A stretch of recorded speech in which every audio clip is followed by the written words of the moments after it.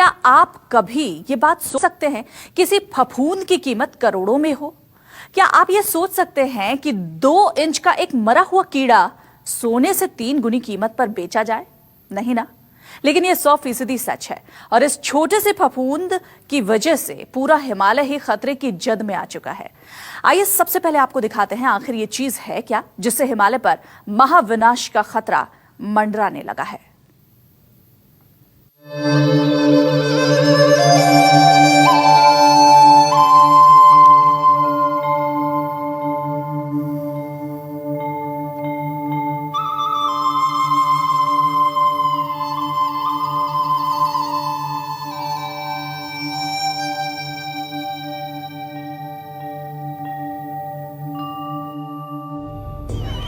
इन दिनों उत्तराखंड और नेपाल के पहाड़ों पर ऐसी तस्वीरें आम हो चुकी हैं।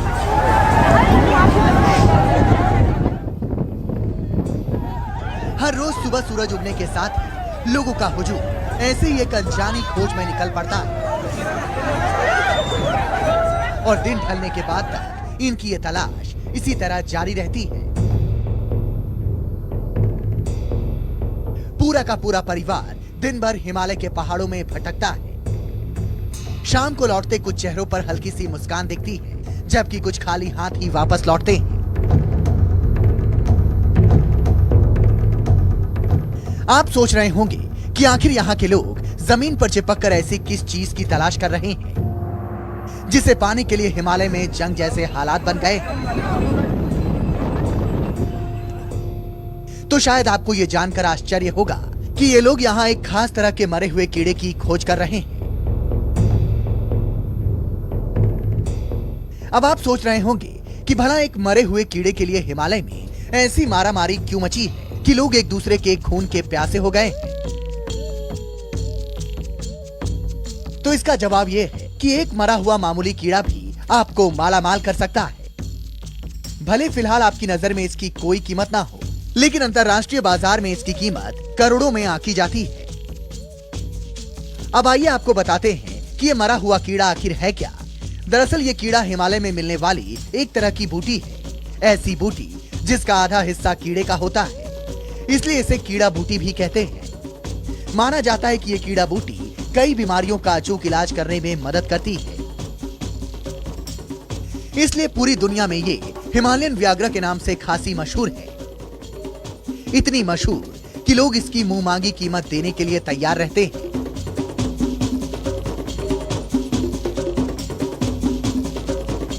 ये उस उच्च हिमालयी क्षेत्रों में ये 3600 मीटर से लेके और करीब 5000 मीटर तक की ऊंचाई पे पाया जाता है, बड़े दुर्गम क्षेत्रों में। तो ये उन क्षेत्रों में जो गांव हैं जो है वहाँ पे ये आजीविका का एक मुख्य साधन, उनके अर्थव्यवस्था का या उनके इनकम का ये सबसे बड़ा सोर्स है ये। और इससे एक बड़ी सब्सटेंशियल अच्छी खासी इनकम होती है, क्योंकि इसकी चीन के और ईस्ट एशिया के मार्केट्स में काफ़ी डिमांड है।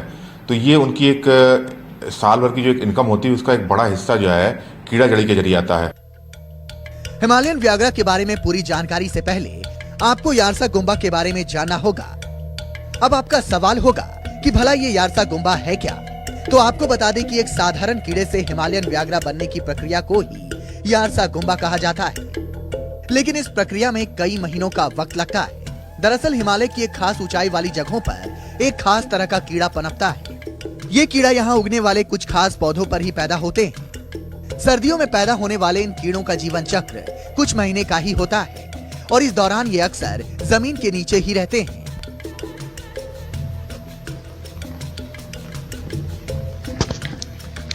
जैसे ही गर्मियां आती हैं, इस कीड़े के शरीर के ऊपर एक तरह की फफूंदी या कैटरपिलर का निर्माण शुरू होता है। ये फफूंदी धीरे धीरे पूरे कीड़े के ऊपर जम जाती है और आखिरकार उसे मार देती है। जैसे ही ये कीड़ा मरता है, उस कैटरपिलर या फफूंदी का एक हिस्सा धीरे धीरे जमीन के ऊपर आ जाता है। इसे ही यारसा गुम्बा कहा जाता है, जो दुनिया भर में हिमालयन व्याघ्र के नाम से मशहूर है। कीड़ा जड़ी बेसिकली ये फंगस है। ये फंगस है, ये एक जो है कैटरपिलर यानी कि कीड़े में जो है ये ग्रो करना शुरू करता है और ये कीड़ा उच्च हिमालयी क्षेत्रों में पाया जाता है और ये बेसिकली ज़मीन के नीचे जो हर्ब्स वगैरह की रूट्स वगैरह होती हैं उनको खा के ये सर्वाइव करता है। अब ये उस कीड़े के अंदर फंगस जो है ग्रो करना शुरू करती है और धीरे धीरे उसके अंदर के हिस्से खाती जाती है और उसके बाद जो है ये उस कीड़े को ख़त्म कर देती है। तो ख़त्म करने के बाद जो है जो हिस्सा ज़मीन के ऊपर आता है फंगस उसको किल करके जो ऊपर ज़मीन का हिस्सा का बचता है ऊपर मतलब ओवर द सरफेस, वो होती है कीड़ा जड़ी। अब होता यह है कि यारसा गुम्बा 11,500 फीट या उससे ऊपर के इलाकों में ही मिलता है। ऐसे में मई जून के महीने में यहाँ रहने वाले लोग इसकी तलाश में निकलते हैं, क्योंकि यारसा गुम्बा जमीन से महज कुछ सेंटीमीटर ही ऊपर दिखाई देता है। इसलिए इसे ढूंढने में बेहद सावधानी बरतनी पड़ती है। यारसा गुम्बा को सेहत के लिए बेहद फायदेमंद माना जाता है। कहा जाता है कि कई बीमारियों में इसका इस्तेमाल अचूक साबित होता है, जैसे कि नपुंसकता का इलाज, शारीरिक ताकत, सांस से संबंधित बीमारी, पुराने दर्द में आराम, लिवर से जुड़े उपचार, ल्यूकेमिया का इलाज और कुष्ठ रोग में यारसा गुम्बा को बेहद फायदेमंद माना जाता है। तभी तो इसकी इतनी बड़े पैमाने पर मांग है। खासकर चीन में तो इसकी इतनी मांग है कि लोग इसके एवज में कोई भी कीमत देने के लिए तैयार रहते हैं। वहाँ पे ये है कि इसको खाने से किसी तरह की कोई थकान नहीं होती है। एक पौरुष का कॉन्सेप्ट इससे जुड़ा हुआ है, इम्पोर्टेंसी के ट्रीटमेंट के लिए जुड़ा हुआ है ये। तो इस तरह के कई विश्वास हैं और उनके चलते जो है चाइना में इसकी कंजम्पशन बहुत ज़्यादा है।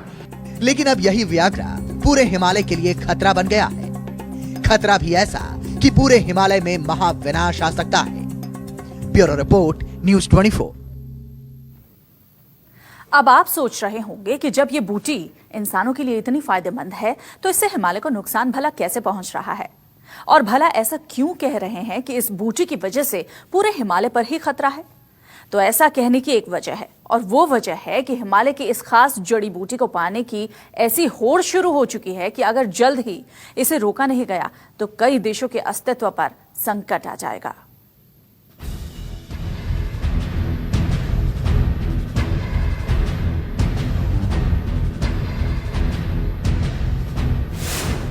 सोने से महंगे फंगस की मची लूट।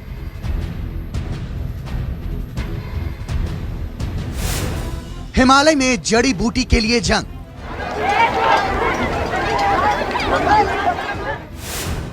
कीड़ा जड़ी के लिए कोहराम।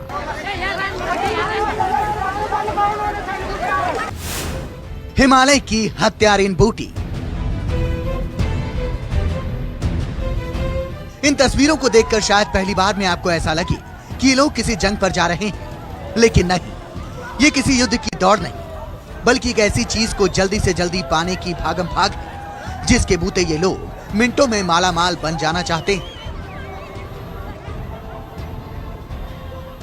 अंतर्राष्ट्रीय बाजार में करोड़ों की कीमत और दिन ब दिन कम होते यारसा गुम्बा ने इन लोगों के सिर पर ऐसा सनक चढ़ा दिया है कि ये लोग यारसा गुम्बा के लिए कुछ भी करने को तैयार हैं। इसलिए हिमालय में पैदा होने वाले व्याघ्रा से ही अब इसके अस्तित्व पर ही संकट मंडराने लगा है। आप कह सकते हैं कि हिमालय में यारसा गुम्बा के लिए संग्राम छिड़ चुका है। मई और जून के महीने में यहां अक्सर ऐसा ही नजारा देखने को मिलता है। अंतर्राष्ट्रीय बाजार में करोड़ों की कीमत होने की वजह से लोग अपने पूरे कुनबे के साथ अपने गांव से ऊंचे पहाड़ों की तरफ चलना शुरू करते हैं और फिर महीनों महीनों तक यहीं जमे रहते हैं।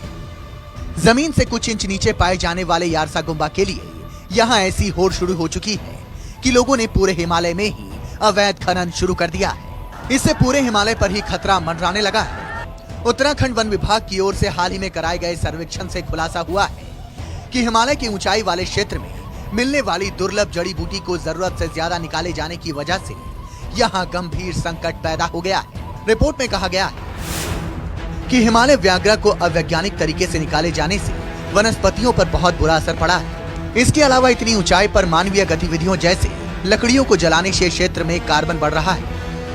कि जो है इसके जो इन्वायरमेंट पे इम्पैक्ट होता है, अभी जो जिस तरीके से इसका दोहन हो रहा है वो इन्वायरमेंट के लिए थोड़ा जो है एक नुकसानदायक तरीका है, क्योंकि उतनी ऊंचाई पे जो है जब 1 या 2 महीने का एक्सट्रैक्शन का पीरियड होता है तो काफ़ी जो है लकड़ी वगैरह काटी जाती है। जो स्थानीय वृक्ष होते हैं, बुरांश के, भोजपत्र होता है जो उतनी ऊंचाई पे उगते हैं, और जो है खरसू ओक होता है, तो वो जो है उतनी बड़ी ऊंचाई पे जो वृक्षों का थोड़ा कटान होता है उस टाइम, या जो लकड़ी जलाई जाती है उससे जो कार्बन एमिशन होता है वो थोड़ा उतनी ऊंचाई पे जो है वो इन्वायरमेंट वहाँ का बड़ा फ्रेजाइल है, बड़ा नाजुक है वहाँ का, तो उसके लिए वो थोड़ा जो है एक नुकसानदायक चीज़ है। दरअसल यारसा गुम्बा की खोज में हिमालय की खाक छान रहे लोगों ने ऊंचाई वाली जगहों पर ही डेरा डाल रखा है। ये लोग यहाँ के वातावरण को गंदा तो कर ही रहे हैं, ठंड को दूर भगाने के लिए ये बड़े पैमाने पर लकड़ियां भी जलाते हैं। इसकी वजह से पूरा क्षेत्र ही खतरे की जद में आ गया है। यारसा गुम्बा को निकालने के लिए की जाने वाली खुदाई से मिट्टी की परतों को नुकसान तो पहुंच ही रहा है, इससे यारसा गुम्बा के फिर से पैदा होने पर भी खतरा मंडराने लगा है। रिपोर्ट में कहा गया है कि मई और जून के महीने में 6000 वर्ग फुट इलाके में खुदाई के लिए करीब 1000 टेंट लगाए गए। इसमें रहने वाले लोगों ने खुद को गर्म रखने के लिए 72,000 किलो लकड़ी जलाई। इसके आसपास मौजूद ग्लेशियरों पर भी इसका सीधा असर पड़ता है। कचरा फैलने की वजह से काफी प्रदूषण फैलता है, जिससे यहाँ के तापमान में अच्छा खासा बदलाव देखने को मिला है। साफ है कि यारसा गुम्बा की तलाश कर रही लोगों की भीड़ पूरे हिमालय के लिए ही खतरनाक बन चुकी है। सोचिए, जब हिमालय ही नहीं होगा तो भला यारसा गुम्बा कैसे पैदा होगा। पिछले कुछ सालों में यारसा गुम्बा की तादाद में काफी कमी भी आई है। ज्यादा तादाद में कीड़े निकालने की वजह से इनका जीवन चक्र पूरा नहीं हो पा रहा। इससे अगले साल पैदा होने वाले यारसा गुम्बा लगातार कम होते जा रहे हैं। लेकिन जो गंभीर समस्या है इसके लाइफ साइकिल की है। इस लाइफ साइकिल में ये 2 से 3 महीने में जो परिपक्व नहीं हुआ होता है उसको लोग दोहन कर लेते हैं, और दोहन कर लेते हैं तो वो अगले साल फिर नहीं हो पाता है। इसलिए एक तो सबसे बड़ी समस्या ये है कि इसके जो लाइफ साइकिल है वो पूरा नहीं हो पा रहा है। तो सरकार ने जो पॉलिसी बनाई कि इसको 2 साल बाद इसको हम 2 साल दोहन बंद रखें और 2 साल के बाद फिर दोहन करें, तो उसको स्ट्रिक्टली इंप्लीमेंट करना होगा। यारसा गुम्बा के अवैध दोहन को लेकर सदियों से समाज के निशाने पर रहने वाले परेशान ग्रामीण इसके लिए बनाए गए नियमों को सरल और व्यवहारिक बनाने की मांग कर रहे हैं। उनका कहना है कि रॉयल्टी कम होने से तस्करी पर रोक तो लगेगी ही, साथ ही साथ पहाड़ में दवा की फैक्ट्री खुलने से रोजगार भी बढ़ेगा। तंबू दोहन के लिए नियमों में सरलीकरण किया जाने की जरूरत है और व्यवहारिक किए जाने की जरूरत है। रॉयल्टी कम लिया जाएगा और अगर समय सीमा बढ़ाई जाएगी तो निश्चित रूप से तस्करी और ठेकेदारी प्रथा भी खत्म होगी। पहाड़ में ही अगर दवा की फैक्ट्री खोली जाती है तो यहाँ का पलायन रुकेगा और सीमाएं भी सुरक्षित रहेंगी, और इससे उत्तराखंड राज्य की आय की बढ़ोतरी होगी। यारसा गुम्बा की बेहिसाब लगातार तलाश हिमालय को भीतर ही भीतर खोखला करती जा रही है। ऐसे में अब देखना है कि सरकार व्याघ्रा से हो रहे इस महाविनाश को रोकने के लिए क्या कदम उठाती है। Bureau report, news 24।